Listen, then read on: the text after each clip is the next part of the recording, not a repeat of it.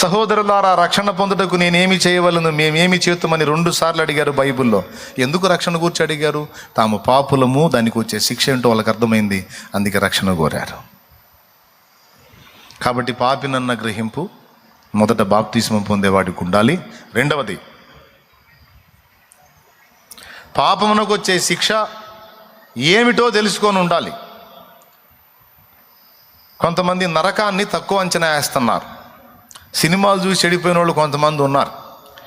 సినిమాలో హీరోలు ఏం చేస్తారో తెలుసా? ఆ లోకానికి వెళ్తారు. చచ్చిపోయిన వాళ్ళు జడ్జిమెంట్ పొంది శిక్షలు పొందేటువంటి యమలోకానికి పోయి అక్కడ యమభటులకు తగాదాలు పెట్టి వాళ్ళకి అది చేసి వాళ్ళ నీళ్ళ మీద రెచ్చగొట్టి ఆడేదో కొంచెం సీన్ క్రియేట్ చేసి మళ్ళీ యమధర్మరాజుని ఇబ్బందులు పెట్టి మళ్ళీ వీళ్ళు భూలోకంలో శరీరంలోకి వచ్చి సినిమా అది.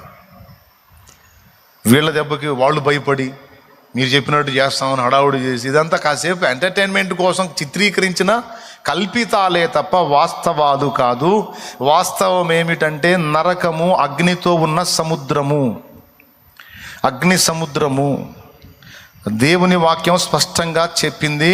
అగ్ని ఆరదు, పురుగు చావదు, అది ఘోరమైన యాతన, వేదన. చద్దామంటే చావు రాదు, బతుకుదామంటే బతకలేరు ప్రశాంతంగా. అక్కడ ఏడ్పును పండ్లు కొరుకుటయు ఉండునని యేసయ్యే చెప్పాడు. అది ఒక యాతనామయమైన స్థలం. మృతులు, చచ్చిపోయిన వారు తీర్పు తర్వాత అక్కడికి వెళ్ళేది ఉంటుంది కాబట్టి దాని నుంచి తప్పించుకోవాలి. కొంతమంది వెటకారపు వీరులు వస్తారు. అవన్నీ ఎవడు చూశాడు తీరా, సచినోడు ఎవడన్నా వచ్చి చెప్పాడు అయింది, ఎట్టుంది అట్టుందని. ఏదో ఉదరపోషణం బహుకృత వేషం అని కూటి కోసం కోటి విద్యలు అనేదో పబ్బం గడుపుకోవటానికి మాయ మాటలు చెప్పుకొని బతుకుతారా. మాటలు వినమాకండ్రా, నరకం లేదు, గోంగూర కట్టలేదని చెప్పి ఎటకారం చేస్తారు. నా దగ్గరికి కొంతమంది తగిలారు. నేను అన్ని అనుభవాలు ముందు వచ్చాగా. నా దగ్గర 60 ఏళ్ల వయసు ఉన్న ఆయన వచ్చి నా దగ్గర ఈ వెటకారం చేశాడు. 60 ఏళ్ల వయసు వచ్చి ఈ వెటకారం చేశాడు. ఎవరు చూశారు, ఎన్ని ఉన్నాయని అన్నాడు. నేను అన్నాను, నువ్వేం విశ్వసిస్తున్నావు అన్న, ఇవన్నీ లేవని నమ్ముతున్నావు. ఓకే, నువ్వు అలానే నమ్ము, ఉన్నాయని నేను నమ్ముతా. మన ఇద్దరికి చావు ఉందని నమ్ముతావా అన్న. చావకుండా ఎవడుంటాడు, అందరూ తెచ్చేవాళ్లే కదా అన్నాడు. చచ్చిన తర్వాత నేను ఉంది అనుకున్న నరకం లేదు, ఉన్నాడనుకున్న దేవుడు లేడు, ఉందనుకున్న తీర్పు లేదు, కానీ ఇవన్నీ ఉన్నాయని భయపడి నేను జాగ్రత్త పడ్డా. తీరా చచ్చాక అవేవి లేవు, నాకేమన్నా నష్టమా అని అడిగా. ఏనండి, బాగా అర్థమైందా? మాట్లాడితే తార్కికంగా మాట్లాడాలి, అవతలవాడు కూడా ఆలోచించేటట్టు మాట్లాడాలి. ఆవేశంతో వస్త్రములు చించుకొనరాదు. దేవునికి స్తోత్రం. కొడితే ఎట్లుండాలో తెలుసా? కలవరం పుట్టాలన్నమాట. దేవునికి స్తోత్రం, హల్లెలూయా. అది అంతేగాని ఆవేశపడి వస్త్రములు చించుకోకూడదు. తర్కించటం అనేది కూడా తెలిసి ఉండాలి క్రైస్తవుడికి. ప్రశ్నించటం, తర్కించటం, ప్రశ్నకు బదులు ప్రశ్న వేయటం, మాటకు ప్రతి మాట చెప్పగలగటం, ఆ సామర్థ్యం ఉండాలా దేవుని ఎరిగిన బిడ్డలకి. వెటకారాలు చేసుకుంటా వస్తారు, పిచ్చి ప్రశ్నలు వేస్తారు. వచ్చినప్పుడు జవాబు చెప్పాలి. అక్కడ నాకు ఆ వెటకారం చేసి అడిగిన వాడిని నేను అడిగాను, చావు ఉందని నమ్ముతున్నా అంటే చావకుండా ఎవడు ఉంటాడు, అందరూ చచ్చేవాళ్ళు అన్నాడు. ఓకే, ఇంతవరకు ఓకే కదా. ఇప్పుడు నేను దేవుడు ఉన్నాడు, తీర్పు ఉంది, నరకం ఉంది, ఏదో హడావుడి పడ్డాను, జాగ్రత్త పడ్డాను, దానికి దేవుడు చెప్పిన హద్దులు ఇవన్నీ తీసుకున్నాను, నేను ఫాలో అయ్యాను. తీరా చచ్చిన తర్వాత ఏమి లేవు, నాకేమన్నా నష్టమా అని అడిగా. ఏముంటుంది, ఏం లేదుగా, ఏముండదు అన్నాడు. నీ కర్మగాలి.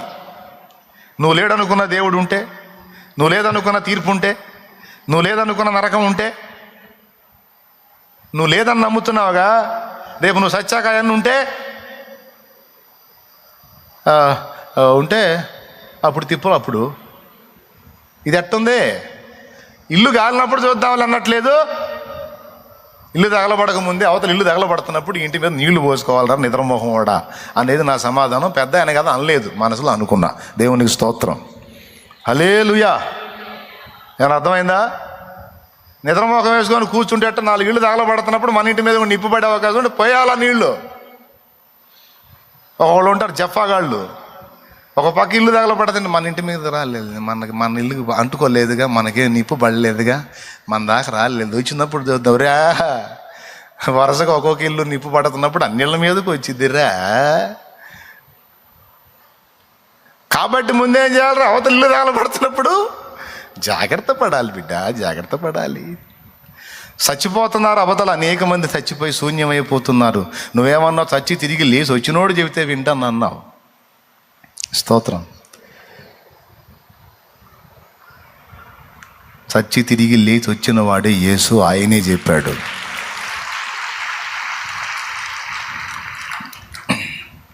చచ్చి తిరిగి వచ్చినవాడు యేసు, ఆయన చెప్పాడు. కాబట్టి ప్రకటిస్తున్నా. వెటకారాలు చేయటం, ఎగతాళి చేయటం, అడ్డప్రదర్శనలు వేయటం ఎవడికి తెలియదు.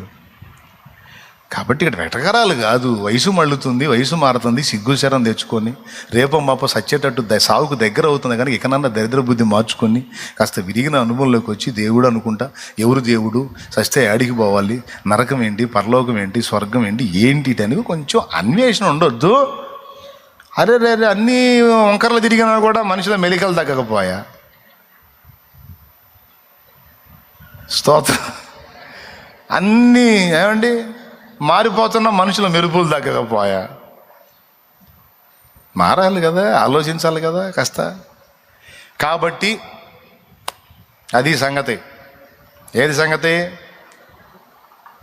మూడోది, నరకము అనే దాన్ని గురించిన అవగాహన కూడా, నిత్య జీవము గురించిన అవగాహన కూడా కలిగి ఉండాలి. ప్రియ బిడ్డలారా, గుర్తుపెట్టుకోండి, క్రీస్తునందు మనం నరకము నుండి విమోచింపబడ్డాం, తీర్పు తప్పించుకున్నాం, నిత్య జీవమునకు నిర్ణయించబడ్డాం.